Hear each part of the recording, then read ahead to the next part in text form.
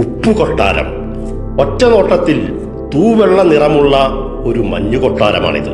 പക്ഷേ മഞ്ഞല്ല, ഉപ്പുകൊട്ടാരമാണിത്. ബൊളീവിയയിലെ ലാപ്പസ് നഗരത്തിലാണ് 12,000 അടി ഉയരത്തിലുള്ള ഈ ഉപ്പുകൊട്ടാരം. 10,000-ലേറെ ചതുരശ്ര കിലോമീറ്റർ വിസ്തൃതിയുള്ള ഉപ്പുമരുഭൂമിയായ സലർ ഡി യുയൂനിയിലാണ് ഹോട്ടൽ പലാസിയോ ഡി സാൽ എന്ന ഈ ഹോട്ടൽ സമുച്ചയമുള്ളത്. കെട്ടിടത്തിന്റെ അടിത്തറ മുതൽ മേൽക്കൂര വരെ എല്ലാം ഉപ്പുകല്ലുകൾ കൊണ്ട് നിർമ്മിച്ചതാണ്. ഫർണിച്ചറുകളും ശില്പങ്ങളും ഉപ്പിൽ നിന്ന് രൂപപ്പെടുത്തിയതാണ്. ഈ പ്രദേശത്ത് രാത്രി നല്ല തണുപ്പും പകൽ ചൂടും കൂടുതലാണ്.